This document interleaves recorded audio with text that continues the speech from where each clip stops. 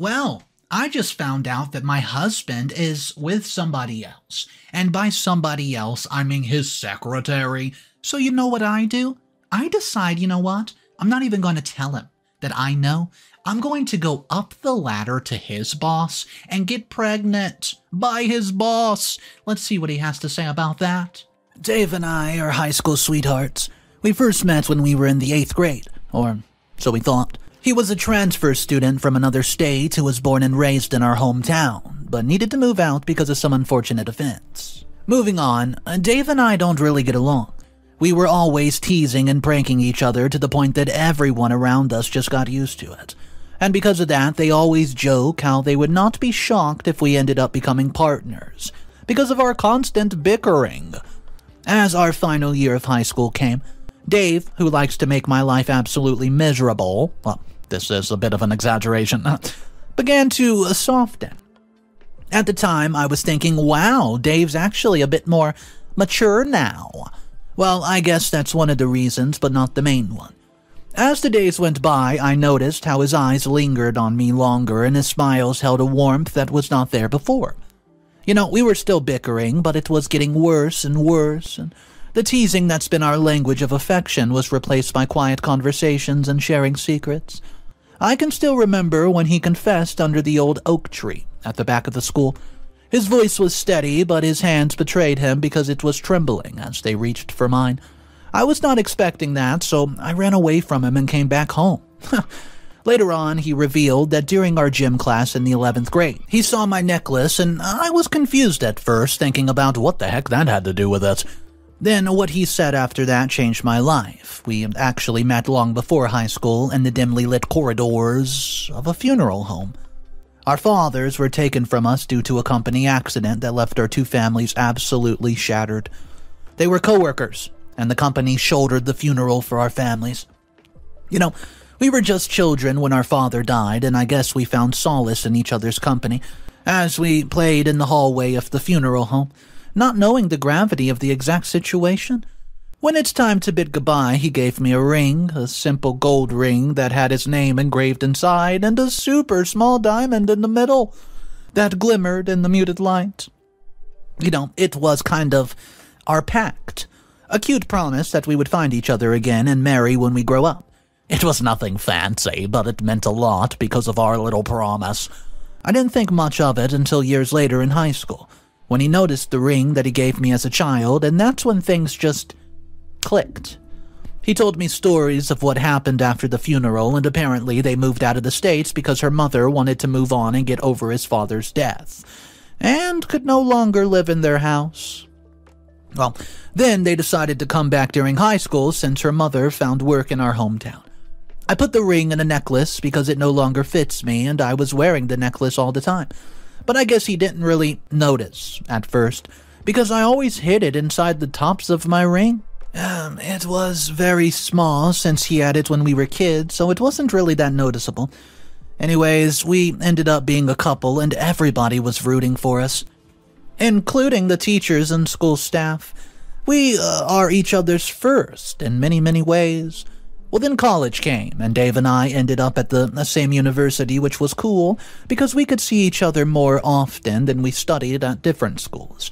We saw less and less of each other because of our crazy schedules, but we made it work. You know, we would go out, grab some lunch together whenever we could, study in the library until they kicked us out, and spend the nights binge-watching shows. When we should have been sleeping, like all relationships, ours had its up and downs. Dave joined a fraternity, and I won't lie, it made me a bit nervous.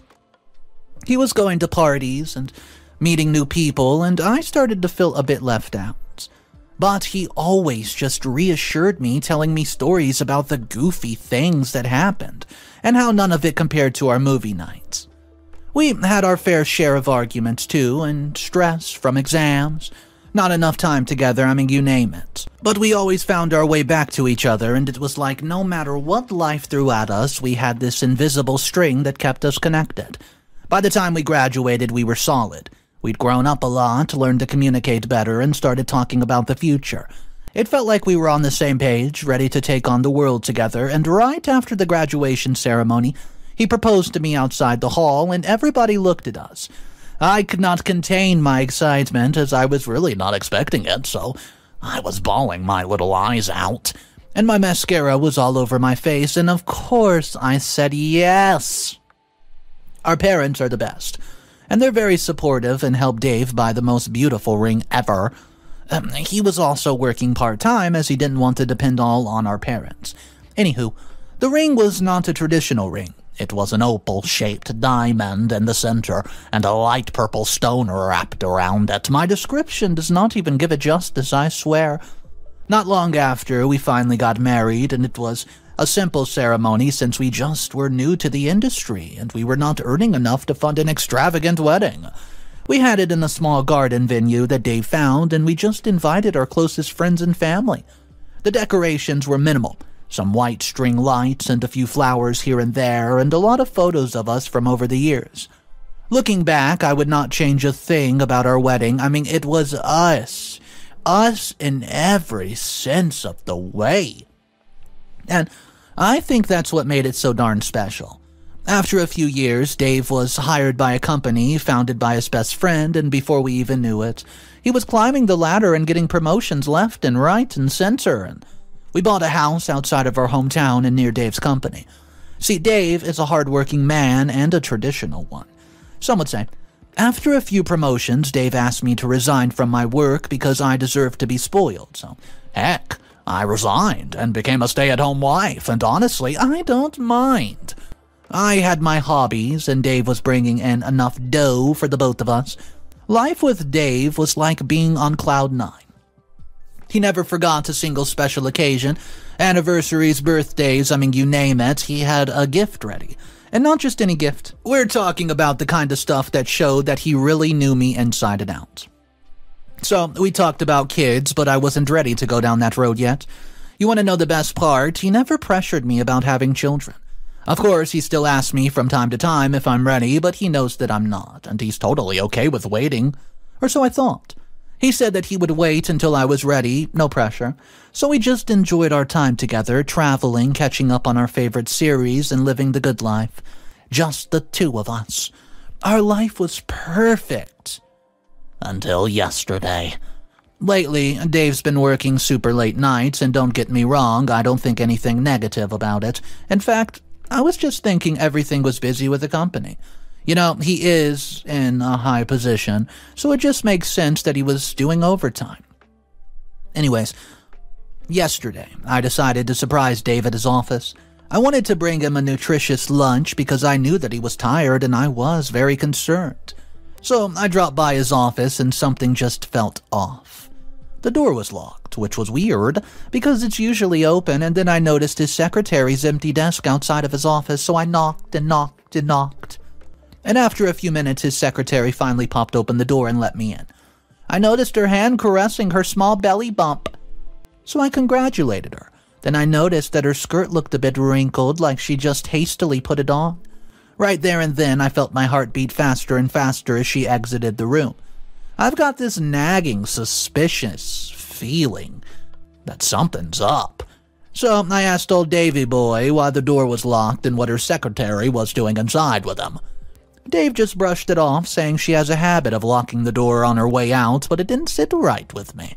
So I'm trying not to jump to conclusions, but I can't shake the feeling that there's something that he's simply not telling me. So, this morning, while Dave was in the shower, getting ready for work, I did something I've never been the type to do. I snooped around Dave's stuff because I completely trust him, but my gut was screaming that something was wrong. I did something I never thought I would do. I went through his things. And there it was, the extra phone tucked away at the bottom of his work bag, and Dave never mentioned anything about his phone.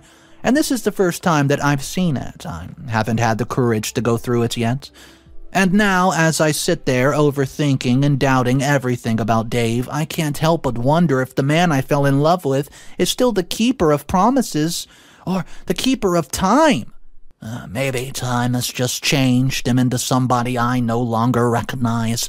Now, I'm torn about what to do next. Should I confront Dave? Should I check the phone? I'm lost and could use some outside perspective.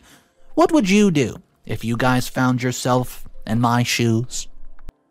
I mean, I do feel bad for going through his things without asking for permission. So my question is, am I the a-hole for doubting him? What's up, everybody? Ooh, a relationship drama story. Mr. Reddito here, and OP is in an absolute pickle.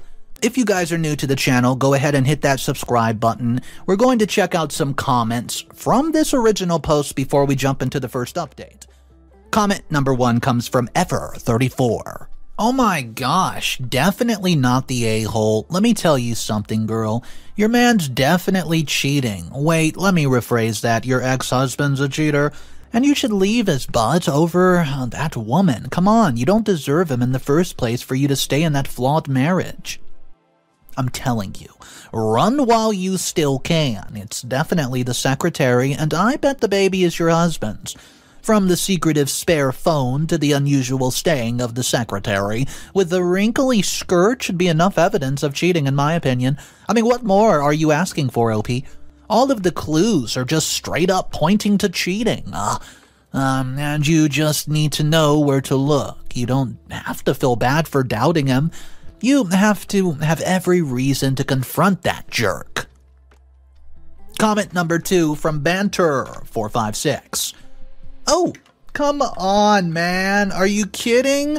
OP, if there's no concrete evidence of cheating, then there might be nothing in the first place. Like, it's just common sense. All of these false accusations, and for what? To show that you're on the right and be a testament to the men are trash narrative? Well, let me remind you that your husband is the one who provides for you. Besides, even if he's still cheating, maybe his reasoning is that you don't want to have a child in the first place. That's the sole reason for every family there ever is. And you just don't want to bear any children, do you? That's just an absurd take. OP, don't be so insecure that you're hurting your relationship with your husband. Update number 1. Hey guys, after contemplating on what I should do for the next 4 days and reading your arguments and suggestions and comments, I decided to confront my husband, Dave. It took me a lot of courage because all I could think about was how wonderful and good of a husband Dave was. But at the same time, I could not help but think how this would not give me peace. I'll just constantly think about it, overthinking things and doubting everything that Dave does. I chose to confront him today because it's Saturday and he does not have to go to work. While he was resting in the living room, I rummaged through his bag and looked for the phone, and luckily it was still there. I tried to open it at first, but it had a password, so I brought it to Dave, and I showed it to him. And I saw how his eyes just slowly widened, but he immediately tried to get back his composure. I asked him what this was, and he told me it was just a work phone, so I should give it back because it had important files on it. But I told him that it's just a work phone, huh? Okay, then why can't he just unlock it for me and let me see what's inside? Yeah, he refused, and told me that I was just on because I had not gone through his stuff before. And now I'm questioning him about it, and I did not want to answer him, but he promised to unlock it if I told him my reasoning. So I told him. I told him how I've been overthinking for days because of what I saw, and when I surprised him with lunch, and you know what he said? Do you know what he said? He said I was crazy, and I was delusional for thinking maliciously. His words pierced through my heart, and I could feel my eyes heating up. I mean, the tears, they started falling down my cheeks, and I never thought I would hear such words from him. I brushed it off, and insisted that he should unlock the phone because he promised, and I gave him the phone, and what did he do? Well, what he did next angered me because he dunked the phone into a glass of water right there on the coffee table, and I lost it, started yelling at him and asking him how could he do that. And that what he did just confirmed that he was hiding something, because if it was really important, a work phone, he would not dunk it in water. And guys, he shot back, all angry-like, asking why I was snooping around. Then he told me that if I did not back off, he would cut me off financially and kick me out of his house, and he went upstairs, leaving his phone and thinking that it was already destroyed. Well, that's not the Dave that I know. That's not the man that I married. I was hurt, I was confused, and I was angry all at once, and after he stormed off, I grabbed the phone out of the water, desperately trying to save it, and whatever was inside, I figured that it was best to give it a professional who could recover the unlocked phone. So I immediately went out to find a repair shop, hoping that Dave's extra phone could still be salvaged. I'll update you guys. Update number 2. It's been a few days since the incident with my husband, Dave. I've made peace with the fact that there's a 99.9 infinite chance that Dave is really cheating on me. I haven't heard from the repair shop about the drowned phone, and I could not squeeze my husband for any information without risking getting kicked out of my own darn home. So I did what any suspicious spouse would do. I went full private investigator mode on his possible mistress, his secretary. A lot of you suggested that it might be his secretary because that closed door and wrinkled skirt was very fishy, so I'm starting with her. Let's call Dave's secretary Samantha. So I dug up some information about her and found out that she's only 26, which is a decade younger than us, so I don't know what's on Dave's mind if Samantha was really his mistress. I knew what time their work would finish, so I camped out in my car near their office, waiting to see what would happen and just to see her show up. Sure enough, there she was, all smiles, bright-eyed with a grin, hopping into a car that looked way too familiar. It was Dave's. No doubt about it. I immediately called Dave before they left, playing it cool, and asked what time he was going to be home so I could know what time we were going to eat dinner. But he sweetly told me that he would be working late, so I should not wait up on him. My heart was pounding, and I felt this lump in my throat as they drove off because he just straight up lied to my face. So there I was, crying as I was tailing their car, keeping a safe distance, and then they stopped, and they pulled up to a small house with a garden, and there seemed to be a pink and blue-themed party in the backyard. And then it hit me. It was a gender reveal party, and I was just overthinking things, and these thoughts just kept pouring, and I was clinging to hope, giving Dave the benefit of the doubt and telling myself that he was just being a good boss, and wanted to show up to his secretary's important event. Nothing more, nothing less, but then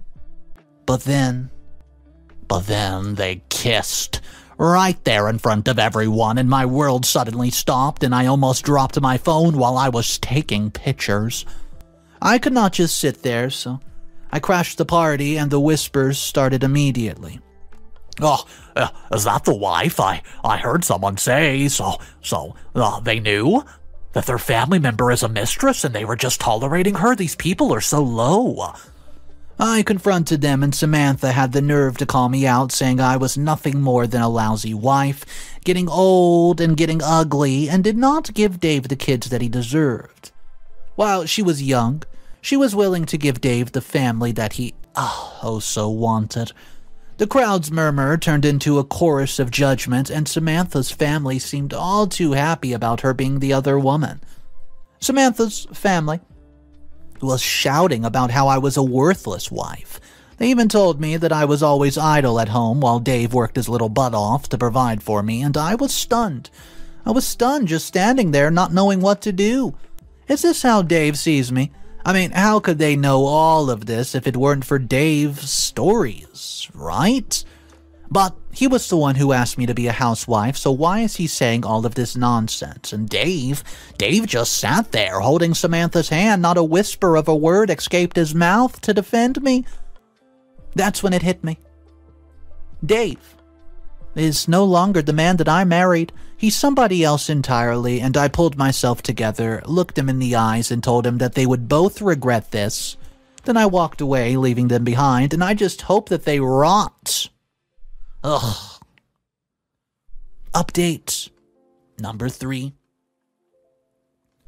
Hey guys, well, it's been 4 months since my last update, and a lot of things have happened ever since. I don't know how to start this, but I just want to say that I avenged myself, and I don't regret a single thing. Let me start first for what happened after the confrontation with Samantha's family. I went right home after that while my husband Dave did not come back home. When he got back, I was awakened because he was shouting and calling me names, and his face was so red from anger when I saw him in the kitchen. He said that I should have not gone to Samantha's house and made such a scene in front of the family because I embarrassed him, saying I had no business meddling in his life.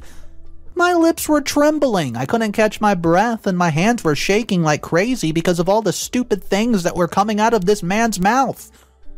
Ugh, I had no business meddling in his life. Hello? I'm your wife. I have every right to meddle with your life because I'm your partner. I wish I could say all of this, but I don't have the strength to do so, so I was just heartbroken. So there I was, just standing there while he was shouting, and he even threw in my face that he was the one providing for me food, clothing, a roof on my head, and all my needs and wants, and that the least I could do for him was let him be happy. Can he hear himself? Because he was not making a lick of sense at all, and I shot back, telling him if I'd known this was where we would end up, I never would have taken a dime from him. Well, the next morning, everything was so awkward. But I told him straight up that if he weren't going to ditch his mistress, then I would be the one to leave.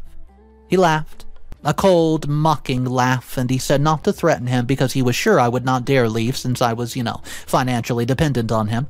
But that night I proved him oh so wrong. I packed a bag with shaking hands and left, and my head was held high, but my heart was in pieces. I had nowhere to go, no close friends in the city, and my only lifeline was my mother, who was miles away from our hometown, so I asked Dave's best friend, John, to let me crash for a few days until my mother could send some cash so I could go back home. Luckily, John agreed to let me stay in his home, and he asked me what on earth happened, so I told him the cold, hard truth. And let me tell you, John was not just angry, he was absolutely irate, furious, rightfully so, I might add. He's the kind who does not tolerate nonsense, especially from someone he's known for years. John wanted to drive to my house to confront Dave and fire him. And Samantha, but I knew better. I'd seen the darkness in this man's eyes, the same eyes that once promised forever. You know what? I'm afraid. I'm afraid of what Dave could do to me. I'm scared that Dave might hurt me if he knew that I was the reason that he was fired from his job. So I stopped John and calmed him down a bit, and I told him to let me handle Dave, and I'll find a way to settle this issue. Days turned into weeks, and John respected my wishes. Not once did he reach out to Dave, nor did he disclose my whereabouts to him, and during my stay at John's house, Dave did not even reach out to me. My phone remained stubbornly silent, no calls, no threats. The silence was both a relief and an absolute curse. Well, to be honest with you guys, he had moved on? Had he? Or was he plotting something more cruel, then one day something just clicked? I don't care if you guys think that this is cruel, but I did what I did. If Dave thought that he could destroy me with his betrayal, he had another thing coming, so I refused to be a victim of his straight-up deceit and manipulation, and so I devised a plan. If Dave could betray me with his secretary, then I would do the same, but I would not settle for mere infidelity. No, I would go one step further. I would get pregnant with John's child, and I mean, there's no better revenge than to get pregnant with my husband's best friend, and at the same time, his boss, right? Of course, it did not happen easily. As I said, John is a good man, and he would not just do anything that he thinks is not aligned with his morals. Trying to talk to him into fathering my baby was like trying to teach a cat to fetch. Impossible, am I right? But I was determined. I seduced him in the most subtle way possible, making sure that he thought I was genuinely in love with him until he finally caved. I told him that I would file a divorce once I was ready so that our relationship would now be legal. Yeah, I know, sounds pretty messed up, but desperate times call for desperate measures, and not long after that, I fell pregnant. When I told him the news yesterday morning, he was happy, and I saw his smile and excitement, and I realized that I also was starting to fall in love with him. Although it was born from malice and manipulation, I'm confident to say that it was pretty genuine. Then I told him that I would file the divorce after he fired Dave and his little secretary. And, well, while doing so, I convinced him to do a little revenge. This morning, we went to Dave's office, and when we opened up the door with the key, Samantha was sitting on Dave's lap, with their backs facing us, and we were both shocked. So Dave shouted that we should have knocked first while fixing themselves, but stopped talking and struggled to compose themselves when they saw it was us. Well, we skipped the pleasantries, and John fired them right on the spot and told them that if they read the contract, they should have known that extramarital affairs are ground for termination, because it's a violation of John's company code of conduct. And while John was talking, I made sure that I was holding his hands, and the other hand was gently caressing my tummy while smirking to Dave what I did. I knew he saw it because he was staring back and forth at her hands in my tummy, and they both tried to beg to let them stay, but John was very firm with his decision. The security guards were already standby outside the door just to escort them out, and just like that, I got my revenge. That's what you get when you mess with me. And as for me and John, well, let's just say we've got a whole new chapter ahead of us. But let me ask you this. Is what I did wrong? Or did that jerk deserve it?